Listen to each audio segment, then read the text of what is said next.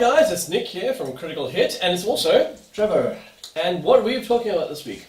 We are going to be talking about a whole bunch of movies and trailers and things that caught our eye for entertainment news. Like the last 5 days, sort of like a sort of quick weekly catch-up, in case you guys have missed it. Starting with Wonder Woman, which I watched last night. Thank God! DC, you finally did something that's brilliant. He does not love, I suppose, Suicide Squad and Batman vs. Sorry. But this really does knock it out the park. It is brilliant. It is a fantastic movie. Crappy bad guy, but absolutely brilliant. What's her name? Gadot. Gal Gadot. I keep saying Gal Gadot. But damn, she's amazing. She's absolutely amazing. So guys, if you haven't seen it, please do go out and watch this movie. We haven't even paid to say that. Or have we? No, we haven't. No. It is really great. I mean, Chris Pine in it, I wasn't quite certain about, but he is fantastic. The entire movie is brilliant. Don't watch it as theatrical because the screens. I mean, we paid for a Prestige, which is 130 rand, 140 rand. No idea. And it was dark. We couldn't see anything because a lot of the movie isn't dark as usual. DC. It's very dark, so don't go to a cinema that you will not see, those Pantone changes in a dark screen. And unfortunately, that was theatrical. But anyway, so what's next? Next is the Murder on the Orient Express, which is a remake of the Agatha Christie classic. It's looking really good. It's got a star-studded cast. Dude, the cast is like that. It's really fantastic. Directed by Kenneth Branagh, and who stars as the Hercule Poirot with his ridiculous facial hair. The thing is that maybe he does it because he wants people to be confused about the moustache, so he can, I don't know. It is a rather ridiculous moustache. It's misdirection. Yeah, okay, we'll go with that. We'll go with misdirection. Who else is in that? There's quite a few people. Willem Dafoe. Yes. There is Nicole Kidman, I think. There was Judi Dench is in there. God, now you're putting me on the spot. Yeah, sorry. There's a lot of people in there. It looks pretty good. Do we know actually when it's out? We didn't actually do this research before this video. No. I think it's out in... It's not too long. It's a couple of months, I guess. I think it's like September or something like that. Somewhere around there. Yeah. It looks great. It looks really great. And this week's trailer just adds more to what we already know. I don't see it being a huge smash hit like a sort of Guardians of the Galaxy 2. No, not at all. But it's going to be one of those movies like, what the hell, a couple of years ago, in a hotel, with a whole bunch of different people jumping around. Grand Budapest Hotel? Grand Budapest Hotel, yes. I think it's going to be something like that, and I reckon it's going to get Oscars. Bing, bing, bing! Next is Baywatch. Your favourite. If you haven't seen my video, you can watch it down there right now. It's a sad travesty, actually. It could have been so great.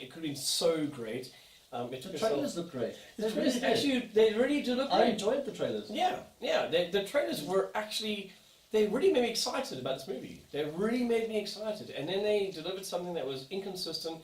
It was trying to be serious, and it was trying to be slapstick, and there was balls and things, and no, it was just, no. I think it's sitting on 33% it's right very now low. on aggregate on Rotten Tomato. So yeah. And deserves it? I don't think 33%.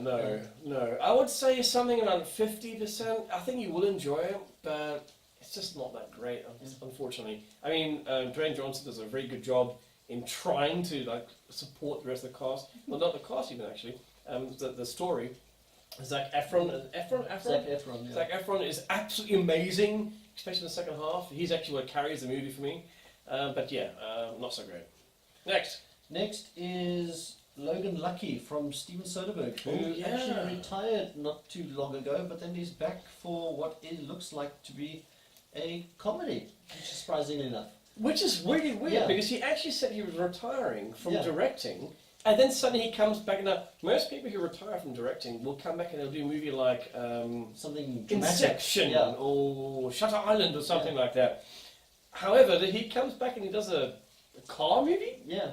Basically a heist movie, comedy heist movie. What's that about? I don't get that. It looks funny though, it really does. So you should check out the trailers, it looks really good. Do you? And it reminds me a bit of Baby Driver, in the way, which also released its final trailer this week. But Baby Driver is not a comedy. That's just a pure action movie, and that's also looking really good. But you say it's not a comedy. I'm pretty damn sure it's going to be a comedy. It though. may have comedic moments, but it's not a comedy. Logan Lucky is a comedy. No, It's Logan not- Lucky is a comedy, one and out. I mean, you have James Bond, for goodness sake, acting as an ex-con, kind of a camp ex-con. Yeah, very camp. Very camp.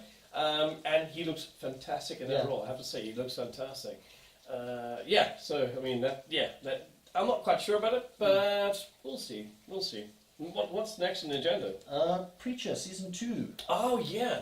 Now, I watched Preacher season 1, and I have no idea about the comic books at all. Do you know anything about the comic books? Very little. I've never read them myself. No, neither have I. And I really actually enjoyed them. They are very slow paced. The movie, the first season, is very slow paced. And you only actually get to understand what's happening toward the end, and it's worth that grind. It really is worth that grind.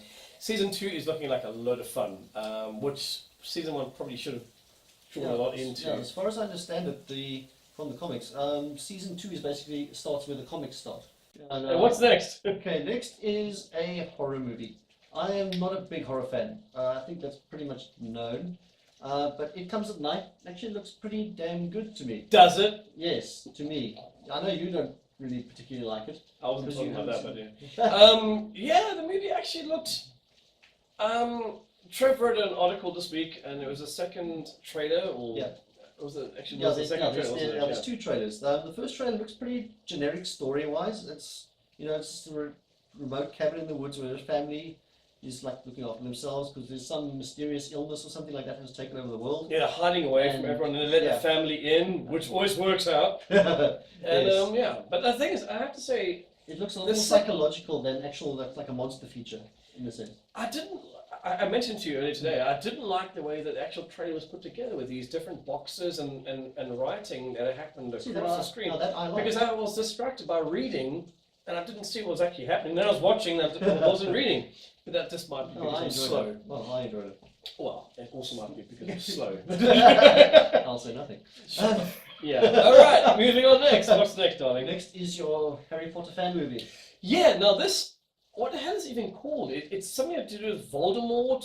Origins of the Heir. Yeah, Origins of the Heir. Yeah. Now I have to give J.K. Rowling a lot of respect for allowing fans to actually go out and make a movie like Yeah. this. Star Wars. We'll never do it. Disney. Star Trek? Dead. No. Star Trek, no way. But they actually have the right to go out and make their own movie, which actually looks pretty solid as far as the special effects and stuff Yeah, like looks that is decent. concerned. Looks pretty decent. I'm not that particularly interested in it, but it actually looks pretty solid for a fan-based movie. I mean, Yeah. you see a lot of these fan-based movies that come out, and they look pretty substandard. They do. This actually looks. We watched it about an hour ago. It actually looks pretty damn solid. Well, CGI as The well. effects look solid. I don't really care about the story. Well, does anybody? Anyway, moving on. Next is a sad story for me. Netflix have cancelled Sense8 after 2 seasons. I will drink to the death of that. Yeah, I would too. That's a series I really enjoyed. It's very different from anything else you see on TV, especially with its heavy focus on characters. Very diverse character set, I must say. It's probably the most diverse character set you can see on TV at all. I was actually going to say it's Yeah. probably the most inclusive, Inclusive, show yeah. you can actually watch. I mean, Yeah.